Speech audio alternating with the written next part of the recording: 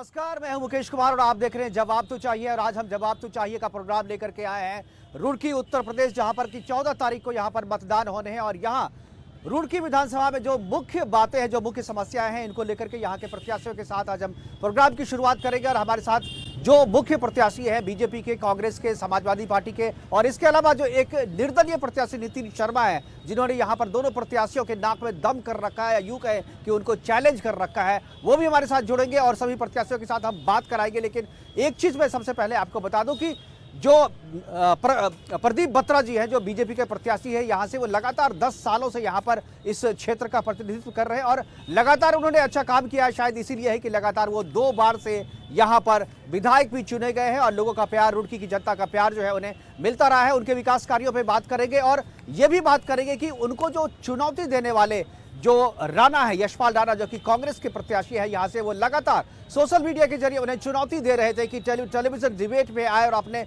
विकास कार्यों के बारे में बताएं। और उनसे हम टेलीविजन डिबेट पर ही उनसे पूछेंगे कि उन्होंने रुड़की के लिए क्या किया, रुड़की की जनता के लिए क्या किया और जो वादे बीजेपी के घोषणा पत्र में किए थे, जो वादे प्रदीप बत्रा ने रुड़की के लिए किए थे, उन वादों में से कितना वादा प्रदीप बत्रा ने पूरा किया है, उनके बारे में एक एक चीज का हिसाब लेंगे। लेकिन लाइव डिबेट में जब हमने यशपाल राणा जी को बुलाया तो उन्होंने आने से इनकार कर दिया। वो कहे कि जब तक सामने सामने की डिबेट नहीं होगी तब तक वो नहीं आएंगे। लेकिन दोस्तों, कोविड का प्रोटोकॉल है और कोविड के जो प्रोटोकॉल के कारण जो है हम एक साथ इतनी भीड़ जमा नहीं कर सकते, हम लोगों को साथ में लेकर के नहीं कर सकते। और जिस तरीके से एक प्रत्याशी दूसरे प्रत्याशी को मारने काटने पे लगे हुए हैं, जिस तरीके से एक प्रत्याशी दूसरे प्रत्याशी के समर्थकों के साथ लड़ने और भिड़ने को तैयार है, वैसे में एक रिस्पॉन्सिबल मीडिया होने के नाते हम इस तरीके का अंजाम, इस तरीके का जोखिम नहीं ले सकते थे। सारे प्रत्याशियों को एक जगह आमने सामने बिठा करके इस प्रोग्राम की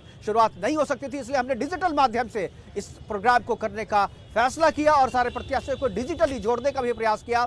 लेकिन इस डिजिटली जो हमने प्लेटफॉर्म तैयार किया है, इस प्लेटफॉर्म पे भी आने के लिए यशपाल राणा जी तैयार नहीं हुए। हालांकि अभी 1 घंटे का टाइम है, लगातार हम कोशिश कर रहे हैं यशपाल राणा से भी बात करें, प्रदीप बत्रा से भी बात करें। हालांकि प्रदीप बत्रा के पास हमारी टीम पहुंचने वाली है, प्रदीप बत्रा भी हमारे साथ जुड़ेंगे। इसके अलावा नितिन शर्मा जी हैं, शायद हमारे साथ जुड़ गए हैं, उनसे हम बात करेंगे। और इसके अलावा एक जो प्रत्याशी है, युवा प्रत्याशी है, जो कि रुड़की की दिलों में बसते हैं और रुड़की के लिए उन्होंने काफी अपने आप को जनता के बीच में स्थापित करने के लिए, जी, अपने आप को स्थापित करने के लिए समाजवादी पार्टी से जो प्रत्याशी है रोहित त्यागी, जो कि राजा भैया के नाम से या राजा त्यागी के नाम से भी जाने जाते हैं रुड़की में, वो भी हमारे साथ इस प्रोग्राम में जुड़ेंगे। और अगर सारे जितने भी प्रत्याशी हैं जिनका भी नाम मैं ले रहा हूं, अगर वो जुड़ गए हैं तो सभी प्रत्याशियों का स्वागत है। और मैं एक बार पीसीआर से कंफर्म करना चाहूंगा कि हमारे साथ कौन कौन से प्रत्याशी जुड़ गए हैं, उसका एक बार नाम बताएं।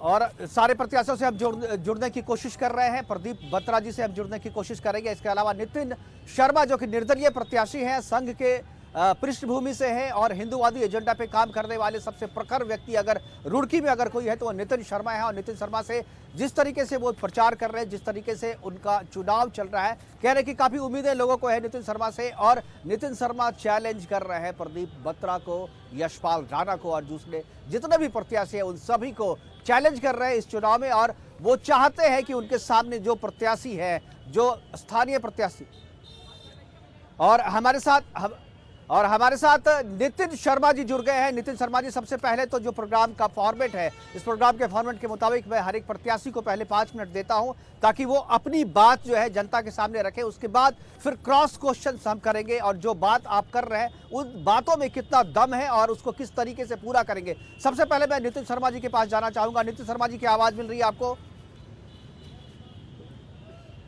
नितिन शर्मा जी की आवाज मिल रही है आपको? हेलो। हाँ नितिन जी, आप लाइव हैं और हमारे टेलीविजन स्क्रीन पे आपको देखा जा रहा है। आप रुड़की विधानसभा में आप एक प्रत्याशी, निर्दलीय प्रत्याशी के रूप में आपने दावेदारी पेश की है। पहले से जो 2 प्रत्याशी है, जो कांग्रेस और बीजेपी के बीच में जो सीधी टक्कर थी, उस टक्कर को आपने ट्रायंगुलर बनाने की कोशिश की है और ट्रायंगुलर लगता दिख रहा है। आपने क्या किया है और आपके एजेंडे में क्या है, आपका घोषणा पत्र क्या है? अगर रुड़की की जनता आपको प्यार देती है, रुड़की की जनता आपको जीत का आशीर्वाद देती है, तो रुड़की के लिए आप क्या करेंगे, आपकी क्या प्लानिंग है, वो बताएं। और आपको क्या दूसरे जो यहाँ के जो स्थानीय प्रत्याशी है, जो लोकल प्रत्याशी, वो क्या कह रहे हैं, उनके बारे में अगर आप कुछ कहना चाहते हैं तो पहले 5 मिनट में आपको चाहूंगा कि आप अपनी बात हमारे टेलीविजन स्क्रीन के जरिए जो है रुड़की की जनता के सामने रखें। नमस्कार जी नमस्कार। उन्होंने 15 साल से जनप्रतिनिधि हैं रुड़की के। उन्होंने 15 साल तक रुड़की को ठगने का प्रयास किया और 5 साल मेयर यशपाल राणा जी रहे। उन्होंने 5 साल रुड़की को ठगने का प्रयास किया। दोनों एक दूसरे से लड़ने का ही काम करते रहते हैं। अभी भी आप चुनाव में देखेंगे तो दोनों एक दूसरे के ऊपर प्रत्यारोप कर रहे हैं। रुड़की का विकास कैसे होना है, रुड़की को सुंदर कैसे बनाना है, रुड़की को व्यवस्थित कैसे करना है, इसके ऊपर कोई चर्चा नहीं चल रहा है। कोई रुड़की की जो वास्तविक चीजें, जो मूलभूत जरूरतें हैं लोगों की, उनके ऊपर कोई चर्चा नहीं कर रहा है। ना कोई यहाँ पे चर्चा कर रहा है कि आप लगातार आबादी बढ़ रही है तो ट्रैफिक प्लान कैसे होना चाहिए, ना इसके ऊपर चिंता कर रहा है कि रुड़की को शिक्षा नगरी कहा जाता है और यहाँ की जो प्राइमरी एजुकेशन है उसके ऊपर कोई काम नहीं है। वहाँ पे जो स्कूलों की दुर्दशा है उसके ऊपर कोई बात नहीं कर रहा है।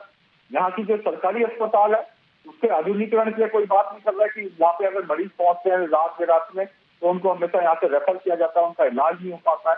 यहाँ की जो सड़कें हैं, जो बनी बनाई सड़कें होती हैं वो दोबारा से बन जाती हैं, जो टूटी हुई सड़कें हैं उनके ऊपर कोई काम नहीं होता है।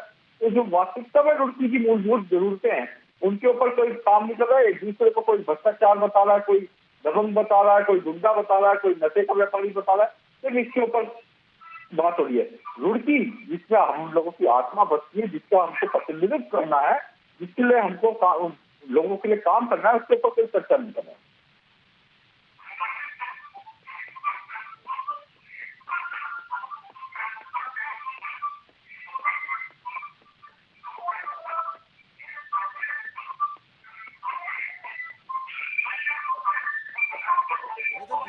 नितिन शर्मा जी, आपने जो बात कही कि 15 सालों से आप, चूंकि पहली बार आप पहले बीजेपी से जुड़ रहे हैं, आप आरएसएस के बहुत ही कर्मठ कार्यकर्ता हैं और हिंदूवादी चेहरे के रूप में आपकी पहचान जो है रुड़की में है। और आपने जो काम किया है, मैंने भी पिछले 2 दिनों से मैं रुड़की में हूं और मैं घूम घूम के देख रहा हूं कि आप बहुत ही अच्छा एक चुनाव लड़ रहे हैं। लेकिन एक सवाल है कि जिस बैकग्राउंड से आते हैं आप, जिस आक्रामकता से आप चुनाव लड़ रहे हैं और जिस मकसद के लिए आप चुनाव लड़ रहे हैं, वो पार्टी पहले से एक मौजूद है उसी मकसद को लेकर के और उसी एजेंडे को लेकर के। तो ऐसी क्या वजह रही कि आपने बीजेपी को छोड़ा और बीजेपी को छोड़ करके आप अलग से दावेदारी करने को मजबूर हुए? जगदीप धनखड़ जी के कार्यकाल में कभी ऐसा महसूस ही नहीं हुआ कि वो भारतीय जनता पार्टी के विधायक हैं। उन्होंने लगातार जब हिंदू संगठनों का कहीं पे भी संघर्ष हुआ तो उन्होंने विधर्मियों का ही साथ दिया। उन्होंने उनके क्षेत्र में बड़े बड़े मंदिरों पे कब्जा हो गया। उन्होंने उनके क्षेत्र में जहाँ पे वो क्षेत्र के कब्जा हुआ और उन्होंने कभी भी लोगों की जो जनभावना है, जो मोहल्ले के लोग उनके पास जाया करते थे, उनकी जनभावना को ना ध्यान में रखते हुए किन कारणों से उसको कब्जा होते रहने दिया उस पर। और यहाँ पर उन्हीं के बहुत सारे जो अपने एम्प्लॉयज हैं वहाँ पे रूम्स में रहने लगे। उस कब्जे को हटाने का भी हम लोगों ने काम किया है। तो कभी भी अभी महसूस ही नहीं हुआ कि वो भारतीय जनता पार्टी के विधायक हैं। उनका कार्यकलाप सिर्फ अपने तक सीमित रहा, अपने बिजनेस को किस तरह से डेवलप करें उस तक सीमित रहा। वो कभी भी भारतीय जनता पार्टी के जो विचार है, जो मूलभूत विचार है, उसमें कभी आगे नहीं बढ़ता है। नितिन जी, लेकिन एक चीज तो है, जो प्रदीप बत्रा है पिछले 10 वर्षों से या पिछले 2 टर्म से है, वो प्रतिनिधित्व कर रहे हैं रुड़की का। अगर जो इल्जाम आप लगा रहे हैं तो ऐसा लग रहा है कि ये पॉलिटिकल और ये आपके व्यक्तिगत इल्जाम है या वैसा इल्जाम है जिससे जनता को कोई फर्क नहीं पड़ता है? क्योंकि लगातार अगर कोई व्यक्ति 2 बार, एक बार कांग्रेस से, एक बार बीजेपी से लगातार अगर चुन के आ रहा है, अगर रुड़की की जनता अगर उन्हें चुन रही है तो कुछ तो वजह होगी, कुछ तो खासियत होगी। देखिए, वो 10 साल से 15 साल से प्रतिनिधित्व कर रहे हैं। पहले वो 5 साल यहाँ पे चेयरमैन भी रहे और उसके बाद वो कांग्रेस पार्टी के विधायक बने और उसके बाद वो भाजपा पे, वो जिस तरफ की लहर चल रही होती है उस पार्टी में वो जाने का हमेशा प्रयास करते हैं। और उन्होंने जब पहली बार उसका नगर पालिका का भी चुनाव लड़ा तो वास्तविकता में इस रुड़की में जो एक भावना रहती थी सब हिंदू समाज के लोगों को इकट्ठा रहने की, उसमें उन्होंने डिवाइड करने का कोशिश करी। पंजाबी समाज को और मुस्लिम समाज को जोड़कर उन्होंने पहले अपना नगर पालिका का चुनाव लड़ा। उन्होंने विराजीवाद जो राजनीति के अंदर आया है रुड़की में, उसका सबसे पहला काम विधायक जी नहीं करा था।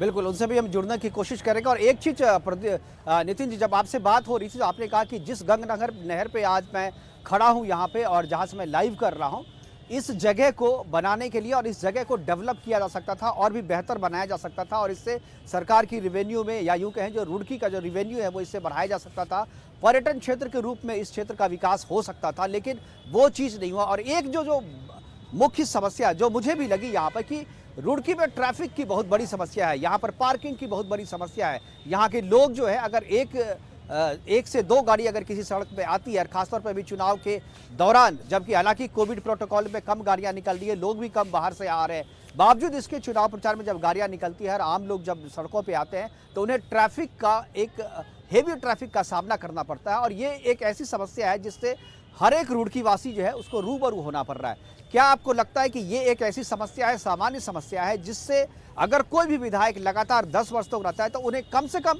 ये जो बेसिक समस्या है इसका समाधान उनको देना चाहिए, वो दे नहीं पाए? क्या आप अगर विधायक बनते हैं, आप अगर चुन के आते हैं, आपकी प्राथमिकता क्या रहेगी? वो 3 बारी से यहाँ पे प्रतिनिधित्व चल रहे हैं और 3 बारियों में उन्होंने रुड़की की जनसंख्या लगातार बढ़ती चली जा रही है। मल्टी लेवल पार्किंग तो बहुत दूर की बात है, वो कभी यहाँ पे पार्किंग के लिए जगह भी अलॉट नहीं करा पाए। जिससे बड़ी उनकी विफलता क्या होगी। और जिस जहाँ पे आप अपनी मां गंगा के चरणों पे आप वहां पर हैं, देखिए वो कितनी सुंदर जगह है और उस जगह को पर्यटन स्थल के तौर पर वो आज तक डेवलप नहीं कर पाए। छोटी छोटी झील जिन शहरों में है वो शहर बड़े बड़े पर्यटन स्थल से डेवलप हो गए हैं और रुड़की जिसके बीच में से इतनी सुंदर मां गंगा गुजरती है, वहां से उन्होंने ना तो कभी उनकी रख रखाव की व्यवस्था कर पाए हैं कि ना उसको पर्यटन के रूप में तो कुछ सोचा ही नहीं है, ना बोटिंग के उसके बारे में आज तक कर पाए। आप सोचिए ना 15 साल के टाइम में अगर वो आज तक कुछ कर नहीं पाए हैं तो अब क्या जनता के सामने जाना चाहते हैं, क्या कहना चाहते हैं? ऐसी कौन सी चीज है जो 15 साल में वो नहीं कर पाए और अब जनता के सामने दोबारा जाके करना चाहते हैं? बिल्कुल, बड़ा ही वाजिब सवाल है कि 15 वर्षों में काफ़ी लंबा समय होता है। 15 वर्ष 3 टर्म काफ़ी लंबे और काफ़ी अच्छा, अगर कोई कुछ करना चाहे तो इन टर्मों में काफ़ी कुछ कर सकता है। लेकिन एक चीज़ के लिए जिसके लिए नितिन शर्मा जाने जाते हैं, और नितिन शर्मा जो बार बार कहते हैं गौकशी के बारे में, जो कहते हैं कि गाय मांस खाने वाले या गाय का कत्ल करने वाले हमें वोट ना दे, इस पर हम बात करेंगे कि क्या है ऐसा बोलने के पीछे उनकी क्या लॉजिक है, इस पर भी बात करेंगे। लेकिन वक्त अभी एक छोटे से ब्रेक का, ब्रेक के बाद जब लौटेंगे तो नितिन शर्मा से वापस इस मुद्दे पे बात करेंगे। इसके अलावा प्रदीप बत्रा जो हमारे साथ ब्रेक के बाद जुड़ेंगे और यशपाल राणा जिनको भी हम लगातार कोशिश कर रहे हैं उनसे भी हम बात करने की कोशिश करेंगे। और इसके अलावा जो हमारे साथ त्यागी है, राजा त्यागी, वो भी हमारे साथ जुड़ेंगे। प्रदीप बत्रा बीजेपी के प्रत्याशी, बीजेपी के उम्मीदवार और बीजेपी के वर्तमान विधायक हमारे साथ जुड़ गए हैं और उनसे जवाब लेंगे। नितिन शर्मा हमारे साथ है। नितिन शर्मा के अलावा हमारे साथ जो यशपाल राणा है कांग्रेस के प्रत्याशी, उनको भी हमने इनवाइट किया था लेकिन वो अभी नहीं आ पाया। हालांकि उन्होंने जुड़ने के लिए जो आश्वासन दिया था, पहले एक बाइट को सुनाते हैं आपको कि आज दिन में जब हम उन्हें बुलाने के लिए गए थे, आमंत्रित करने के लिए गए थे, तो क्या आश्वासन दिया था, पहले उसको सुनते हैं। उसके बाद वापस जाएंगे प्रदीप बत्रा के पास और जवाब मांगेंगे उनसे जो नितिन शर्मा जी ने उठाया है। एक बार सुनते हैं यशपाल राणा जी को।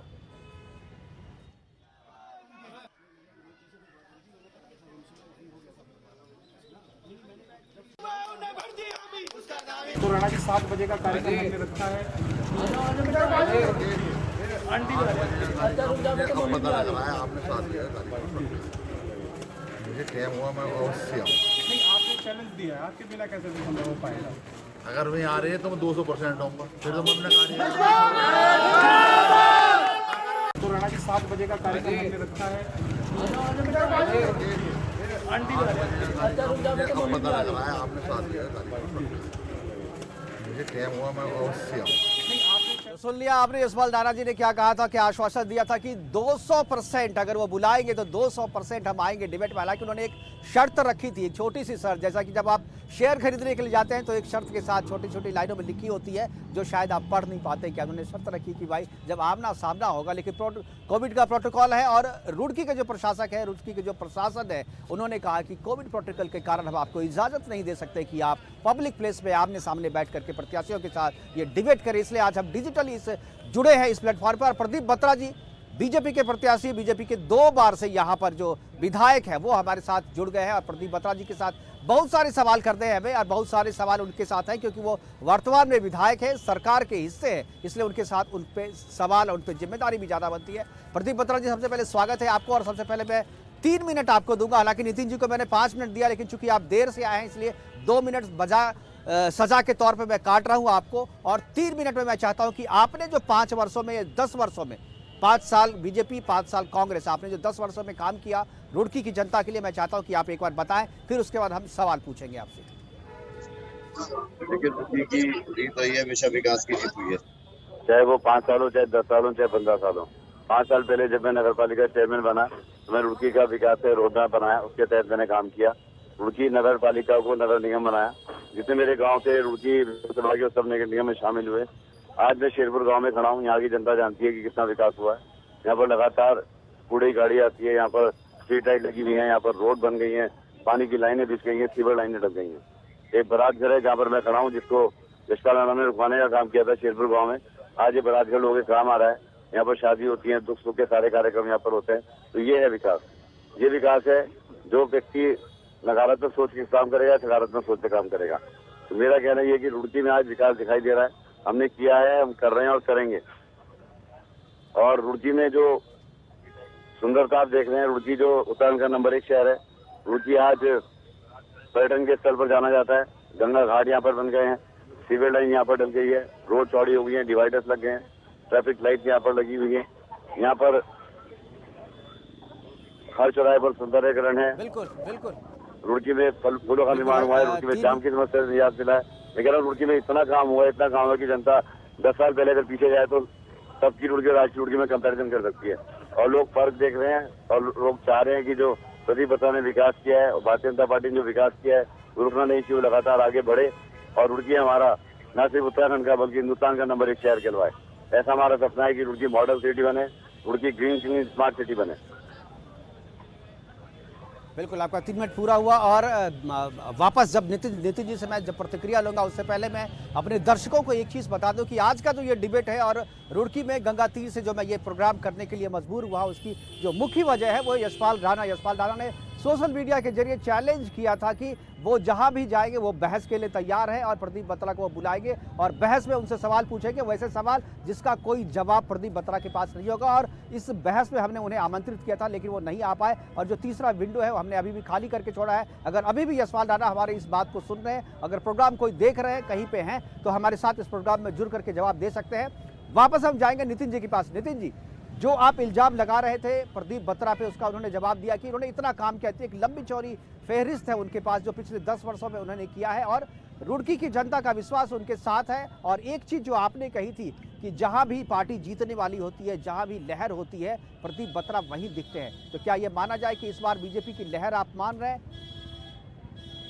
देखिए, वो बहुत कोशिश करी उन्होंने, जैसे सूत्रों से पता चला कांग्रेस में जाने की, पर वहाँ पे जो हरीश रावत जी उन्होंने लिया नहीं उनको, ऐसा लोगों से मालूम चल रहा था। और जो भी उन्होंने बात कही कि रुड़की को उन्होंने पर्यटन स्थल के तौर पर डेवलप किया है, तो मैं पूछना चाहता हूँ कि कितने पर्यटन रुड़की में आते हैं, कहाँ पे जाते हैं पर्यटक? यहाँ पर कौन सी जगह अभी आप जहाँ पे खड़े हैं आप देख सकते हैं कि कितने पर्यटक वहाँ पे आए हुए होंगे, या सिर्फ लोकल लोग जो है आसपास के वही वहाँ पर हैं। दूसरा, यहाँ की जो शिक्षा के क्षेत्र है, आज जो यहाँ की प्राइमरी एजुकेशन है, रुड़की को पूरे को शिक्षा नगरी के तौर पर जाना जाता है, और यहाँ की जो नींव है प्राइमरी एजुकेशन, कई सरकारी स्कूल बदहाली के कारण, बच्चों के अभाव के कारण इसकी बदहाल स्कूल की स्थिति हो गई थी कि माँ बाप वहाँ बच्चों को भेजने के लिए तैयार नहीं थे, कई स्कूल यहाँ पे बंद हो गए। उसकी तरफ उनका क्या ध्यान है? यहाँ का सरकारी अस्पताल, वहाँ के आधुनिकीकरण के ऊपर वो क्या करना चाहिए? प्रदीप जी, बहुत सारे सवाल पूछे गए हैं। मुकेश जी, हेलो जी मुकेश जी, मैं सुन रहा हूँ, आप बोलें। आप सुन रहे हैं मुझे? मैं सुन रहा हूँ जी। आप पहले दे लीजिए। नितिन शर्मा जी से ड्राइंग रूम में बैठे हमने आराम से और ठाट से, और मैं जनता के बीच खड़ा हूँ। 500 की जनता मेरे आगे खड़ी है और मेरे से बात करने के लिए बेचैन है, तो आप फर्क देख लीजिए। मैं बताना चाहूंगा आपको कि ये नितिन जी देख रहे हैं, नितिन जी भी अपने कार्यालय में बैठे हुए हैं, चुनाव प्रचार करके आए हैं। बिल्कुल। देखिए योगेश जी, आपने 1 घंटे का हमसे समय मांगा था, कि इस डिबेट के लिए, जी। तो इस डिबेट के लिए हम लोग अपना काम इस तरह से मैनेज दो करके दिन बाद यहाँ पे चुनाव है, समय का बिल्कुल, देखिए अब टाइम को लेकर के एक जो, क्योंकि इसमें मैं फंसूंगा बीच में, क्योंकि मैंने आप दोनों को बुलाया था और आप हमारे कारण आए हैं, डिबेट के कारण आए हैं, रुड़की की जनता के कारण आए हैं। देखिए हमने ये प्लेटफॉर्म आपको दिया है ताकि आप कम समय में ज्यादा लोगों तक पहुंच सके और अपनी बात जो आप घूम घूम करके आप डोर टू डोर कैंपेन कर रहे हैं उससे ज्यादा कम समय में ज्यादा लोगों तक ये बात आपके हमारे प्लेटफॉर्म के जरिए पहुंचा सकते हैं। ये तो भाजपा बढ़ाने का काम कर रहे हैं, ये तो देश की बात है, राष्ट्रीय की बात करते हैं, राष्ट्रीय क्या कर रहे हैं, ये तो मोदी जी को और देश को कमजोर करने का काम कर रहे हैं। ये तो राणा जी के साथ है, कांग्रेस के साथ है, कांग्रेस को सपोर्ट कर रहे हैं। तो ये जो वोट ले रहे हैं वो कांग्रेस को सपोर्ट कर रहे हैं, एक चीज इनडायरेक्टली। नितिन जी क्या कहेंगे? ये जो कह रहे हैं कि वोट कटुआ की तरह काम कर रहे हैं नितिन शर्मा जी, नितिन शर्मा जो वोट काट रहे हैं वो बीजेपी का वोट काट रहे हैं, क्योंकि दोनों की जो विचारधारा है लड़ाई सीधे तौर पे कांग्रेस और बीजेपी के बीच में है। और नितिन शर्मा जो है वो जिस तरीके से हिंदुत्ववादी के एजेंडे को लेकर के आ रहे हैं, और नितिन जी आपकी पहचान भी एक प्रखर हिंदुत्ववादी नेता के तौर पे है और आप बहुत ही प्रखरता से बहुत ही मजबूती से हिंदुत्व के मुद्दे को आगे रखते आए हैं और अभी भी रख रहे हैं। और अभी जो आपने गौकशी के मामले में जो कहा था मैं उस पर भी आऊंगा, लेकिन ये जो आप पे इल्जाम लगता है कि नितिन शर्मा जो है वो यशपाल राणा के बी टीम की तरह काम कर रहे हैं और अगर जितनी मजबूती से नितिन शर्मा लड़ेंगे उतना ही नुकसान बीजेपी को होगा। देखिए रुड़की में 1.25 लाख वोटर है और कांग्रेस का जो एक बड़ा वोट बैंक माना जाता है वो उसका मुस्लिम वोट बैंक माना जाता है और मुस्लिम वोट बैंक यहाँ पे जो है वो 20,000 है। 1,05,6,000 यहाँ पे हिंदू वोटर है ऑलरेडी। तो हम वोट कटवा नहीं है, जो वास्तविकता में जिन हिंदुओं को हम लोगों ने जगाने का काम किया है जिसकी वजह से वो वोट करने जाते हैं, इन्होंने सिर्फ टिकट लेके आए हैं, वो विचार को अपने अंदर नहीं लेके आए हैं कभी। अभी जब पीछे ईसाई मुस्लिम के साथ हिंदू संगठनों का कुछ विवाद हुआ तो ये किस जगह पे खड़े थे? तो पूछिए इनके अंदर कौन सा आत्मसात है हिंदू संगठनों के लिए, कौन सी विचारधारा को ये फॉलो करते हैं? आज तक इतने सालों में जब भी कभी कुछ बात हुई तो हिंदुत्व को लेकर ये कहां पर खड़े हुए हैं? बताइए प्रदीप बत्रा जी, इल्जाम है आप पे कि आप हिंदुत्व के एजेंडे पे पीछे हट जाते हैं, सबका साथ, सबका विकास, सबका विश्वास के चक्कर में। क्या आपको हिंदुत्व का विकास या हिंदुओं का वोट नहीं चाहिए? क्या आपको हिंदू का विश्वास नहीं चाहिए? इनको सिर्फ भारतीय जनता पार्टी के जो विचारधारा है उसके कैडर का वोट चाहिए, उस विचारधारा से कोई लेना देना नहीं। लेकिन नितिन जी इस पे तो फैसला हो चुका है, पिछली बार जीत के आ चुके हैं, बीजेपी के टिकट पे जीते हैं, कांग्रेस के टिकट पे भी जीते हैं, यानी एक चीज तो तय है कि रुड़की की जनता प्रदीप बत्रा की भी एक इमेज है रुड़की की जनता के बीच में, क्योंकि पार्टी कोई भी हो चेहरा एक रहा है और जीत के आया है। नितिन जी, हाँ जी प्रदीप जी की आवाज आ रही है आपको?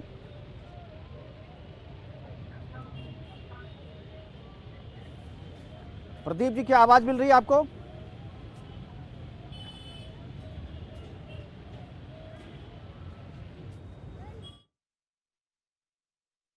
कि रुड़की मांगे जवाब तो चाहिए। मैं आज हम रुड़की के गंगा तीर पे खड़े हैं और हमारे साथ कुछ मेहमान जुड़े हुए हैं। प्रदीप बत्रा जी हैं बीजेपी के प्रत्याशी, नितिन शर्मा है निर्दलीय प्रत्याशी, इसके अलावा नितिन त्यागी हमारे साथ है, माफ कीजिएगा हमारे साथ रोहित त्यागी है, समाजवादी पार्टी के नेता, युवा नेता है, जिनको कि राजा त्यागी, राजा भैया के नाम से भी रुड़की की जनता जानती है और काफी संघर्ष करते हैं रुड़की की जनता के लिए सड़कों पे उतर करके। उनसे हम जुड़ेंगे। रोहित जी, काफी देर से आप जुड़े हैं लेकिन आपका स्वागत है फिर से। और जो सवाल आप पूछना चाह रहे थे बत्रा जी से, प्रदीप बत्रा जो कि यहाँ के स्थानीय विधायक हमारे साथ जुड़े हुए हैं, फोन लाइन पे हालांकि अभी वीडियो के साथ जुड़े हुए थे लेकिन उनकी कुछ मजबूरी है, चुनाव नजदीक है, चुनाव का प्रचार भी करना है उन्हें, तो वो अभी जुड़े हुए हैं हमारे साथ। तो आप जो भी सवाल पूछना चाहते हैं आप पूछ सकते हैं। प्रदीप बत्रा जी हमारे साथ फोन लाइन पे है। रोहित जी, धन्यवाद व्यक्त करता हूँ। दूसरी चीज, विधायक जी ने अगर विकास कार्य करा होता तो विधायक जी को इतना एडवर्टाइजमेंट ना करना पड़ता, भगवान श्री राम के नाम वोट ना मांगते, आदरणीय प्रधानमंत्री नरेंद्र मोदी के नाम वोट ना मांगना पड़ता रुड़की विधायक को। और रही बात विधायक जी के साथ, तो उनका खुद का भारतीय जनता पार्टी का संगठन नहीं है, पहली चीज। और विधायक जी के ऊपर जो आरोप लगे हैं वो रुड़की की जनता जानती है। उनका खुद का समाज, पंजाबी समाज जो है, उस समाज ने विधायक जी को ऐसा महसूस कराया कि विधायक जी ने उस समाज को भी ठगा है। तो विधायक जी का तो संघर्ष सबने देखा है और हमारा संघर्ष क्या है वो विधायक जी ने भी देखा है, रुड़की की जनता ने भी देखी है। और सेम ऐसी ही हालत या उत्तराखंड में कांग्रेस की भी यही हाल है कि कांग्रेस जब सरकार में थी तो उन्होंने बहुत लूटा, आज भारतीय जनता पार्टी की सरकार है, आज ये लूट रहे हैं। ना युवाओं का भविष्य कांग्रेस बदल सकी, ना भाजपा बदल सकी। युवा आज भी बेरोजगार है और पहले भी बेरोजगार था इनकी सरकार में। इनके खुद के मुख्यमंत्रियों के कार्यकाल, उनके गांव में आप जाके देखिए, पूरे के पूरे पहाड़ों के गांव पलायन कर चुके हैं। और दोनों में से किसी भी दल ने वहां की जनता के लिए, देश के लिए, जनता हमारी उत्तराखंड की, कि अगर कुछ भी करा हो, यही हालात यहाँ भारतीय जनता पार्टी के विधायक की है, यही इनके मंत्रियों की है, यही। और इनके सांसद तो हमारे हरिद्वार लोकसभा के गुमशुदा हैं। वो पूरी लोकसभा में अब आए जब भारतीय जनता पार्टी के विधानसभा प्रत्याशी का विधानसभा की हो रही है और जवाब देने के लिए प्रदीप बत्रा है बीजेपी के प्रत्याशी। अगर आप सांसदों की बात पूछेंगे, विधायक अगर पूरे उत्तराखंड की बात करेंगे तो प्रदीप बत्रा शायद उसका जवाब नहीं दे पाएंगे, क्योंकि चुनाव विधानसभा का है, रुड़की विधानसभा का है और आप उसी विधानसभा से प्रत्याशी हैं। अगर आपको प्रदीप बत्रा के किसी काम के बारे में कुछ पूछना है, अगर कोई इल्जाम है आपका, तो उसका जवाब देने के लिए वो तैयार है फोन लाइन पे। हालांकि अभी वीडियो पे थे, लेकिन चूंकि डोर टू डोर कैंपेन चल रहा है, चुनाव की तारीख जो है नजदीक आ रही है, प्रचार खत्म करने का वक्त भी अब नजदीक आ चला, इसलिए वो प्रचार भी कर रहे हैं और आपके साथ जुड़े हुए हैं। चूंकि एक रिस्पॉन्सिबिलिटी ली थी, उन्होंने मुझे वादा किया था कि मैं जुड़ूंगा, तो मैं धन्यवाद करता हूँ प्रदीप बत्रा जी का कि वो हमारी बात रख करके वो हमारे साथ फोन लाइन से जुड़े हुए हैं। प्रदीप जी, अगर आपको आवाज मिल रही है तो जो सवाल समाजवादी पार्टी के जो प्रत्याशी है, युवा प्रत्याशी है रोहित, उन्होंने जो सवाल खड़े किए उसका जवाब अगर देना चाहते हैं तो आप दीजिए, आप लाइव हैं। दिक्कत यह है कि नकारात्मक सोच इनकी जो है ना, ये आधा गिलास खाली देख रहे हैं, मैं आधा गिलास भरा हुआ देख रहा हूँ। पहले तो सोच का फर्क है। हमारी सोच है सबका साथ, सबका विकास, सबका विश्वास और सबका प्रयास। जो काम रुड़की में हुए हैं और रुड़की जनता जानती है, रुड़की ने देखा है, रुड़की ने परखा है। अगर रुड़की ने परखा ना होता तो रुड़की आज इतने भारी मतों से भारतीय जनता पार्टी को प्यार ना करती। मैं भारतीय जनता पार्टी का प्रत्याशी हूँ। भारतीय जनता पार्टी के रोड मैप पे रोड लाइन कर रहा हूँ। हमारी सरकार का एक विजन है, एक प्लान है, उसके तहत काम कर रही है। भारतीय जनता पार्टी ने किया है, कर रहे हैं और करेंगे। समाजवादी पार्टी का कोई आधार नहीं है यहाँ पर। किया है, बिल्कुल कर रहे हैं और आगे भी करेंगे। लेकिन एक सवाल प्रदीप जी, चूंकि प्रोग्राम को खत्म करने का भी वक्त हो रहा है, तो मैं एक सवाल मैं अपनी तरफ से आपसे पूछना चाहता हूं कि अगर आप चुन करके आते हैं दोबारा, तीसरी बार अगर जनता आपको प्यार देती है, चुन करके विधायक बनाती है, तो कौन से ऐसे अधूरे कार्य हैं जो आपको लगता है कि आपने पिछले 10 वर्षों के कार्यकाल में वो काम आप नहीं कर पाए और इस बार अगर जनता आपको मौका देती है तो सबसे पहले जो है उन 5 काम को करेंगे आप? रोज उत्पन्न होती है समस्याओं का समाधान भी रोज होता है। जो मूलभूत समस्या है रुड़की की, उनका समाधान मैं कर चुका हूँ। बिजली, पानी, सीवरेज, रोड, इनका समाधान पूर्णतः रुड़की का हो चुका है। अब रुड़की को मॉडल सिटी बनाना है, रुड़की को आधुनिक करना है, रुड़की को दिल्ली की तर्ज पर सुंदर बनाना है। इसके लिए रुड़की का इलेक्ट्रिफिकेशन के लिए जो हमारे यहाँ तारे हैं उनका भूमिगत होने हैं, सुंदर होना है। रुड़की में मेट्रो ट्रेन चलनी है, उसका प्लान डीपीआर बन चुकी है। रुड़की को जिला बनाना है, उसके लिए प्रस्ताव चले गए हैं और उससे काम चल रहा है। और रुड़की हमारा बहुत सारे ऐसे प्लान हैं रुड़की के। बिल्कुल, तो रुड़की के विकास का रोड मैप जो है आपने तैयार कर रखा है और इस बार अगर जनता आपको मौका देती है तो रुड़की को मेट्रो लाइन भी मिल सकता है, रुड़की को जिला का दर्जा भी मिल सकता है। ये जो 2 बड़ी चीजें हैं ये आपकी घोषणा पत्र का हिस्सा। जी रोहित जी, सवाल पूछना चाह रहे, जल्दी पूछिए, हमारे पास समय कम ही है। जी पूछिए सवाल। रुड़की को मेट्रो देना चाहते हैं, क्या विधायक जी रुड़की सिविल हॉस्पिटल को मेडिकल कॉलेज नहीं बना सकते? क्या विधायक जी रुड़की के युवाओं के लिए, हमारे जो विधानसभा के सामान्य परिवार, गरीब परिवार के लोग हैं, उनके बच्चों के लिए अच्छे सरकारी स्कूलों की व्यवस्था नहीं करा सकते थे? या विधायक जी सिर्फ और सिर्फ अपनी चंद जो उनकी योजनाएं हैं, फ्लोप योजनाएं, जो इन्होंने यहाँ ट्रैफिक लाइटें लगाई है वो बंद हैं? विधायक जी जो विकास कार्य बताते हैं, दीवारों पे लिख रखा है क्लीन सिटी विधायक प्रदीप बत्रा, क्या रुड़की का यही विकास है विधायक जी? सिविल हॉस्पिटल आज के हालात वही है जो थी। ठीक है, सवाल हो गया हमारे पास समय की कमी है। रोहित, प्रदीप जी, मैं आपसे कहना चाहूंगा, सिविल हॉस्पिटल कब गए थे, कितने साल पहले गए थे सिविल हॉस्पिटल? आज सिविल हॉस्पिटल में 2 ऑक्सीजन प्लांट लग चुके हैं। सिविल हॉस्पिटल में आईसीयू यूनिट जो मैक्स और 40 से सुंदर है बन चुका है। वहाँ पर बच्चों की आईसीयू यूनिट बन चुका है, वहाँ पर वैक्सीनेशन चल रहा है और उसकी आप सिविल हॉस्पिटल जो है उप जिला अस्पताल बन चुका है। मेडिकल कॉलेज वहाँ नहीं बन सकता क्योंकि वहाँ जगह ही नहीं है। हमारे रुड़की से 1 घंटे के डिफरेंस से एम्स ऋषिकेश में, ये भारतीय जनता पार्टी की देन है। हमारे हरिद्वार में एक बड़ा 400 बेड का हॉस्पिटल बन रहा है, ESIC हॉस्पिटल बन रहा है। ये भारतीय जनता पार्टी का विकास है मेरे ख्याल से। और आज हरिद्वार जाने में आधा घंटा लगता है, हॉस्पिटल पहुंचने में आधा घंटा लगता है यहाँ से, तो ये विकास है। बिल्कुल, नितिन जी भी हमारे साथ वापस जुड़ गए हैं, उनसे संपर्क टूट गया था। नितिन जी, हमारे पास समय की कमी है, अगर आखिरी कुछ सवाल पूछना चाहते हैं प्रदीप बत्रा जी से तो वो लाइन पे बने हुए हैं। रुड़की जो हॉस्पिटल है उसमें ट्रॉमा सेंटर खुला है, वो कब तक चालू हो जाएगा वहाँ पे? और जो ट्रैफिक लाइट लगाई थी इन लोगों ने, ट्रैफिक लाइट कब तक चालू हो जाएगी? पार्किंग के लिए कब रुड़की को जगह मिलेगी? यहाँ पर पार्किंग के लिए लोगों को समस्या रहती है आने जाने में। यहाँ पर जो टाइल्स लगी है जिसकी वजह से रोड छोटी हो गई है, इसका निस्तारण किस प्रकार से होगा? बहुत सारी जो मूलभूत आवश्यकताएं हैं इनके कार्यकाल में ही कई जी, हमारे पास समय की कमी है, मेरे ख्याल से सुन लिया है प्रदीप जी ने। प्रदीप जी जवाब दीजिए। ये ट्रैफिक लाइट जो लगी थी, ये जो हमारे प्रत्याशी हैं यशपाल राणा, उनके समय पे लगी थी, इसका जवाब वो देंगे। उनकी कुर्सी खाली हुई, डिबेट में क्यों नहीं आया? ये ट्रैफिक लाइट उनके कार्यकाल में लगी थी, आज बंद पड़ी है। प्रस्ताव मिला था, पैसा मुख्यमंत्री को जाना था, लगाई तो नगर निगम ने थी। तो मैं पूछना चाहूंगा कि जो प्रत्याशी ये सवाल पूछेंगे, और वो खाली कुर्सी जो है, वो खाली कुर्सी जनता देख रही है और समझ भी रही है इस बात को। जी, और भी कुछ सवाल है, एक दो सवाल और पूछा था नितिन जी ने। ट्रैफिक के बारे में सवाल था। ट्रैफिक लाइट का जवाब मैंने दे दिया, यशपाल राणा के टाइम पे लगी थी, आज वो कहाँ है, वो गायब क्यों है? वो ट्रैफिक लाइटें क्यों बंद पड़ी हैं? उनके कार्यकाल में लगी थी, वो नगर निगम मेयर जब होते। बिल्कुल, ये एक दूसरे के ऊपर डालने का प्रयास करते हैं। राणा जी इनको भ्रष्टाचारी बताते हैं, ये कहते हैं कि राणा जी ने काम नहीं किया। वास्तविकता में रुड़की की जनता ठगी गई है दोनों से, और रुड़की की जनता इस बार बदलाव लेके आएगी। बिल्कुल, ये तो रुड़की की जनता ही तय करेगी। हमारे पास समय की कमी है, हम सभी मेहमानों से जो भी हमारे साथ जुड़े सबसे क्षमा मांगते हुए इस प्रोग्राम को वाइंड अप करना पड़ेगा। यहीं पे हमारे साथ जुड़ने के लिए नितिन शर्मा जी आपका, प्रदीप बत्रा जी आपका, रोहित त्यागी जी आपका बहुत बहुत शुक्रिया, बहुत बहुत धन्यवाद। आप जुड़े। रोहित जी आप देर से जुड़े, आपको मैंने 7 बजे बुलाया था, लेकिन आप काफ़ी देर से, करीब आधा घंटा देर से पहुंचे, इसलिए आपकी बात जितनी रखनी थी वो हमने रख दी है।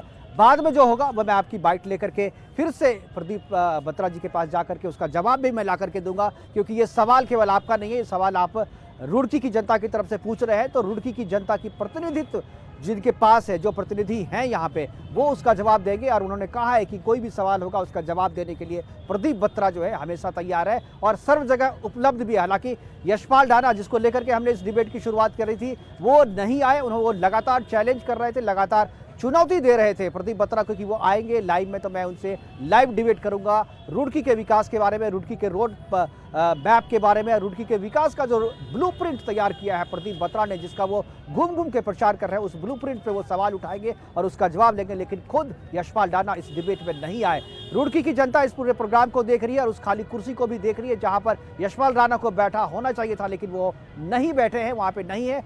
क्या है इसका मकसद, ये जनता ही तय करेगी। हमारे पास समय की कमी है। सभी लोग जो हमारे इस डिबेट पर जुड़े उन सबका धन्यवाद, और अभी के लिए रुड़की से फिलहाल इतना ही, दीजिए इजाजत, नमस्कार।